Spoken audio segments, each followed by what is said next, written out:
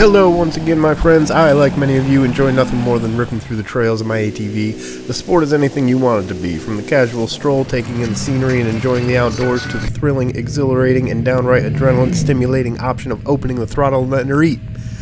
And if you choose the latter, you'll inevitably find yourself in a slightly precarious and undoubtedly painful situation.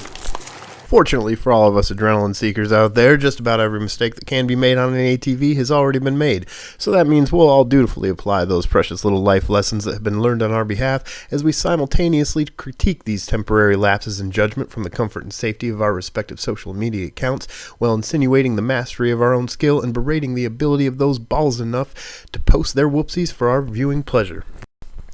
But if you want to avoid being on the giving end of those compilation-worthy fails, here's a list of the top mistakes ATV riders make, and hopefully, how to avoid them. Avoid obstacles wherever you can. Large obstacles should be avoided even if it means turning around and taking a different route. Hills.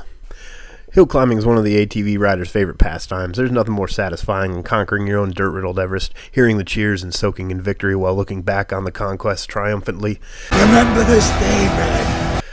But the desire for such a feat has led many a man into vanquish and ruin, and his favorite toy takes an unmounted trip back to reality.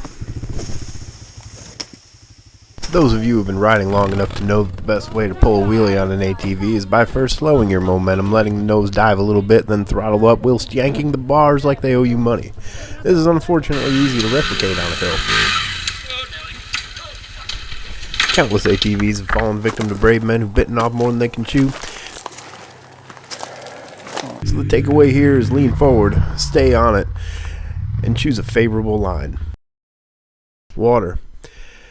Now I know our brethren to the far north and deep south aren't going to believe this, but ATVs weren't built for water, and water in and of itself isn't the fail here. The speed and trajectory of how you approach the water is. And as such, they don't skim gracefully like a jet ski over long puddles like you might think after binge watching some Monster Cruiser. Sure, it can be done, but by the professionals, and probably not by the fattest, drunkest guy in the group. And I say that affectionately, having been the fattest, drunkest guy in many a group. Lay off me, I'm starving. Now the only tip for this one is active avoidance, and knowing your limits, and maybe letting that guy who's always bragging about the ground clearance on his side-by-side go first. Tell my family I love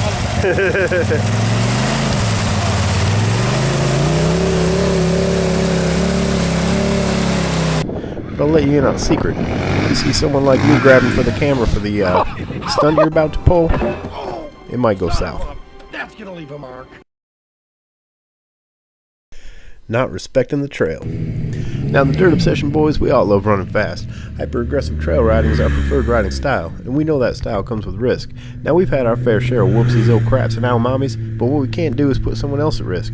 So when you see us ripping trails at top speed, we're either at a closed park during the week, or we have spotters that allow us to safely rip through blind turns without running into someone. The only other way to be safe and run hard is when you can see far enough down trail to safely stop. Otherwise, you might end up getting up close and personal with someone non-consensually. And if you've been watching the news lately, people tend to frown on that. And you trusted me, even though you knew you shouldn't. Reverse. This one might be a little bit of a surprise. And one of the significant advantages of riding utility or sport utility ATV is reverse. This is something most of us take for granted at this point, but it can also be the downfall of an attempt to escape from a difficult obstacle. Combine reverse with a failed hill climb attempt, and you've cooked up a recipe for disaster. Seriously, off-cambered reverse is one of the easiest ways to destroy a machine and hurt yourself if you're not careful.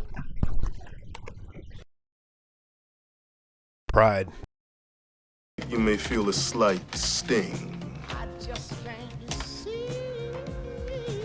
That's pride. What you...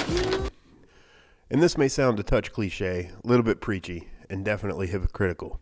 And I would never advocate for laws that impose a nanny state or inhibit freedom of choice in any way. However, it is still a mistake not to wear a helmet.